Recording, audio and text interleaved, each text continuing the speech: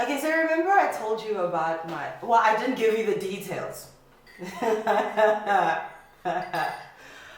So remember that guy I was dating? I think it was 2 years ago. The only one after Jason.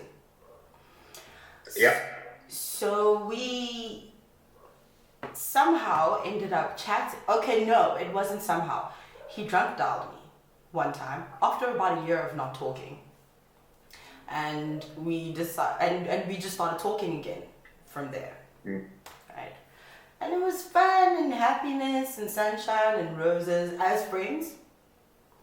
And then we made the stupid decision of actually hanging out together. Yeah. It was stupid, right? That was like the first mistake, right? Keep going. Okay, so we hung out a few times.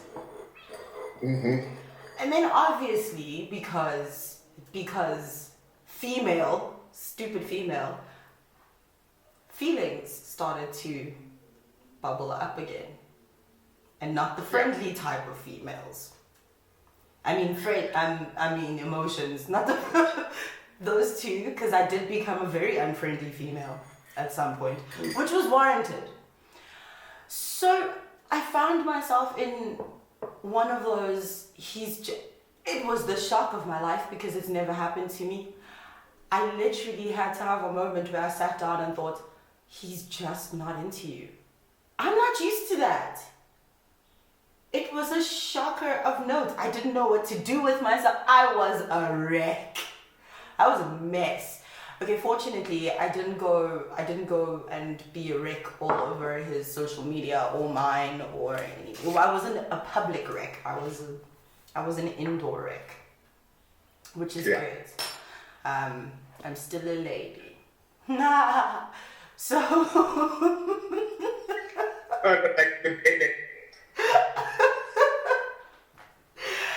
So then I happened to remember when we used to go to your gigs and stuff and get lost on the way there and lost on the way back, and we talk about boys and life and everything in it. And then I went and I unlearned everything. And then I found myself in a, what do you call those things? A rom-com, except the guy or the girl doesn't get the guy or the girl. Yeah. And I'm just that, basically reality. Reality hit me. How high? Well, I still was able to walk away with my dignity. Okay, that helps. Yeah, I'm very dignified. Remember my friend Karabo? She helped me through it. Yeah. Yeah, she helped me through it, and because she's older and she's been through all of these weird things, so I figured she's the best person to go to. I couldn't go to my mom because you know how she is. No, I don't, but you do. That's true. Okay, let me just say I couldn't go to my mom. Yeah. So, well, she would have probably just said, "Bye, my kitty booty," and then moved on. And that wouldn't have really helped much.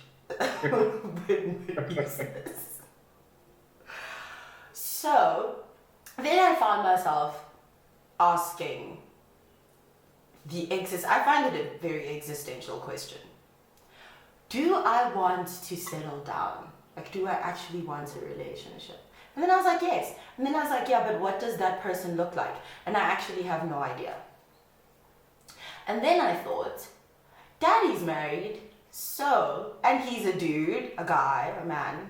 So, let's find out what the criteria is for guys. Not so I can fit into that criteria, because when I went through the whole thing with the ex, I actually realized that I was starting to try and squeeze myself into spaces that I had no business being in, just so he could pick me. And that is just not who I am. So I had a whole out-of-body experience through the whole thing. But it's also just to understand the psyche of guys, because even though I did have moments where I tried to fit myself into spaces I had no business being in, I also felt like I was being the ultimate girlfriend potential. Okay. I went the whole nine. Baked him a birthday cake, the first birthday cake he's ever had baked for him. How's that? Right? And just generally, I was like girlfriend of the year, except I wasn't his girlfriend, and I feel like that's the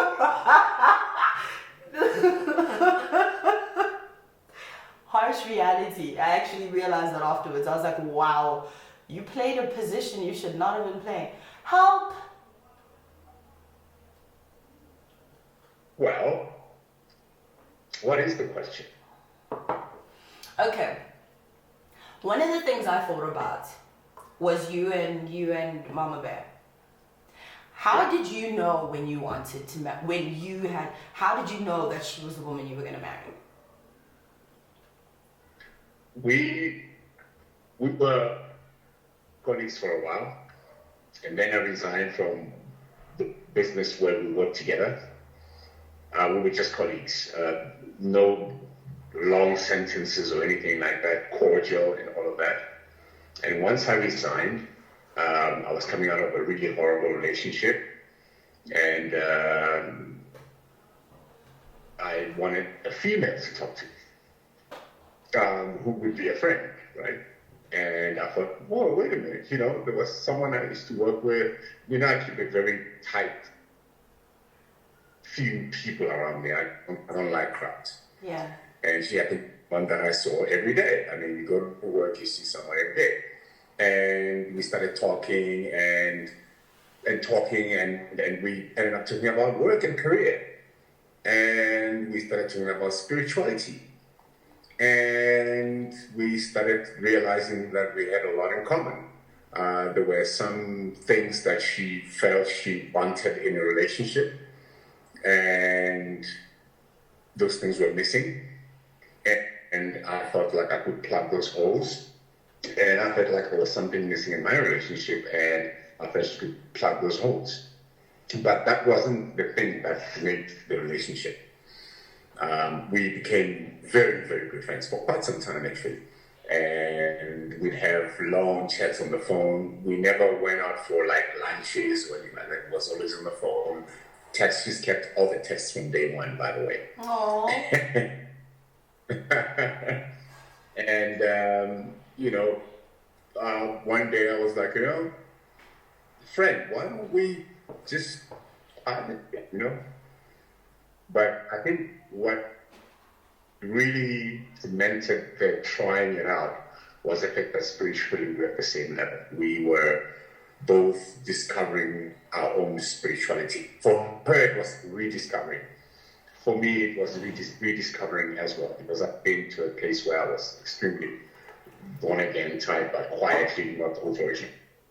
And we were on a path of rediscovering spirituality, and that journey brought us together. So we had more than a physical attraction.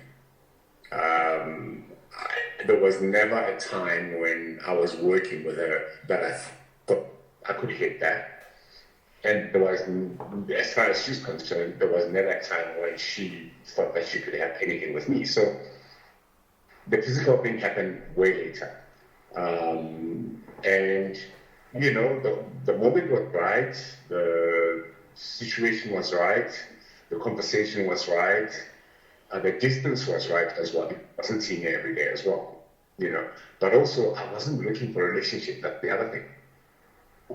I was just looking for a friend, someone to talk to, and it was great. And when we did get together, we actually talked about it. We didn't make it an automatic relationship. Oh, now we're good. Now we're boyfriend and girlfriend. We actually sat down and talked about what comes with it, And I think when you're that age, you should do that. You should talk about who you are, who the other person is, what their dreams and aspirations are, how they see themselves in a relationship. Those conversations I believe, are very important when you're much older. When you're 18, you know, when you're in your 20s, mid-20s, but once you're over 25, you should actually seriously, when you get into a relationship, talk about it. Not that you're being serious at the first instance, but you don't want to kiss every frog, right? Because when you're in your teens, you're kissing a lot of frogs. But when you're approaching 30 and when you're over that, you don't want to be kissing too many frogs. Too much time. It's draining. Love at that level insists on you and the other person so much, and you don't want to waste, because it's work, right? Yeah. And you want to know offhand if this is going to work. If it's not going to work, then why bother? You move on. But at the same time, you've got other things that you're doing, not other people, but other things. So this person is not your world. This is your life doesn't revolve around the man. Her life never revolved around me. My life never revolved around her. Even now in marriage, she's got a life and I have a life. So I think when that happens, the foundation is right. Okay. That's pretty much what happened. We probed and we talked a lot. I mean, I'll have you know, the first night we spent together, she jumped into my bed with her pants and shoes on. And she slept in my bed with her shoes on. And I like her shoes. She's got great shoes. Every piece of clothing on. Okay. I think for her it was like, I need to feel that I'm safe with this guy. Yeah. And for me, I was like, damn, man, I've done this so many times. I need for this one to be real. So I wasn't pushing either. Yeah. And I was at a stage where sex is over kind of stage, needed more. So yeah, the moment was right. Everything just fell into place. Okay. You see, that's the part that I think kind of, okay, it's not an exact same story as yours, obviously, but it's very similar because even when I was let's give him a name. What do we call him? Mason.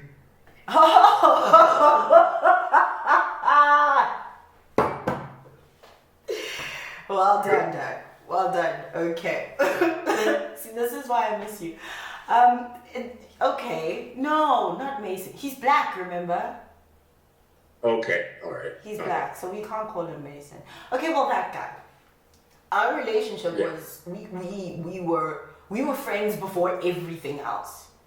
Like, even when we were hanging out around other people would just be like, you two are, like, you guys are buddies.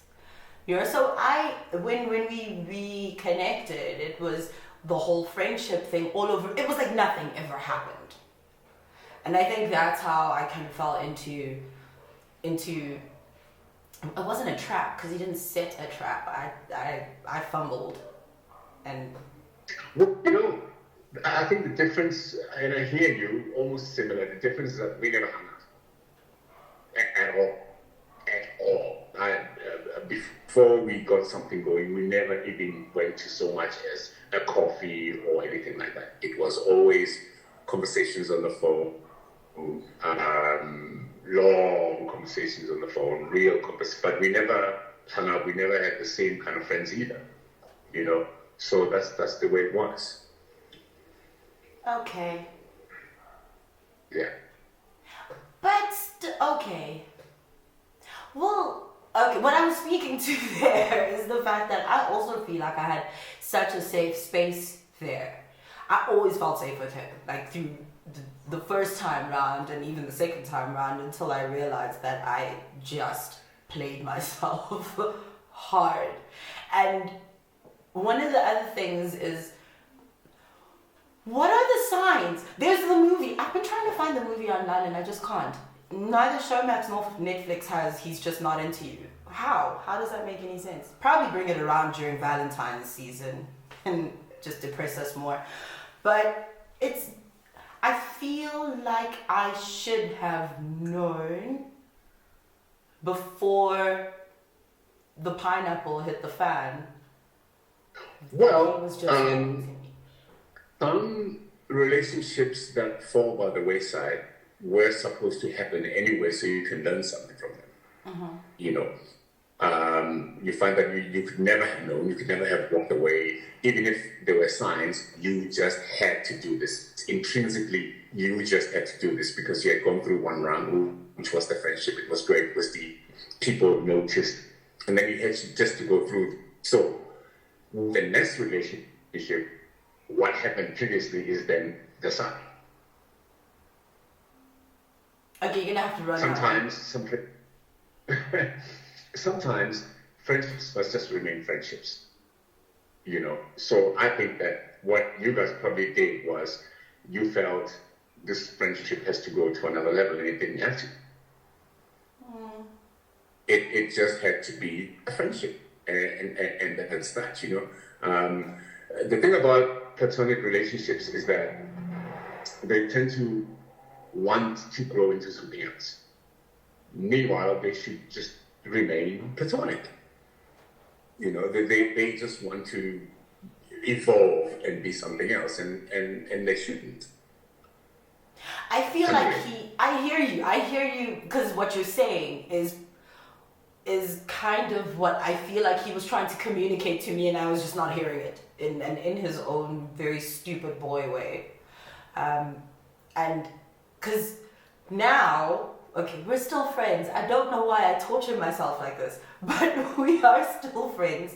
We still talk a lot, but obviously because lockdown, now nothing else can get in the way of us just being platonic. And it's really working out. Well, it's a sign. It's a sign that you guys have a really good friendship. I mean, when you see him as another girl, without teeth, of course, he's a friend. You know, you kind of change lipstick with him, but he's still a friend. Well, I don't know what he's into, but no, he's quite a dude. Like he's an urn. Okay, he's not an urn. Yeah, but he's a dude. A dude. Look, we're gonna have to do a take 2 on this. Okay. I've got very unfortunately, I've got an electrician at the gate who has been promising to be here at 9 o'clock, and now I'm being more motion that is it. Okay. But we got the thing, right? Yeah. I think, you know, my statement on this is that with one of my baby mamas, we were very good friends, and we made the mistake that she made in that it became a relationship. And we thought it was a natural progression. Meanwhile, we actually should have stayed just good friends. So there's never a sign. The sign always comes afterwards, you know, hindsight. Yeah, hindsight's the best side, blah, blah. We really strain those relationships. We really pull them and stretch them and question them. Meanwhile, it's just a friendship. It's a friendship. It's Karabo, who happens to be a man. Okay. I hear you. Go to the electrician. Let me know when you're done so we can come back. Cool, will do. Okay, Daddy. Love you.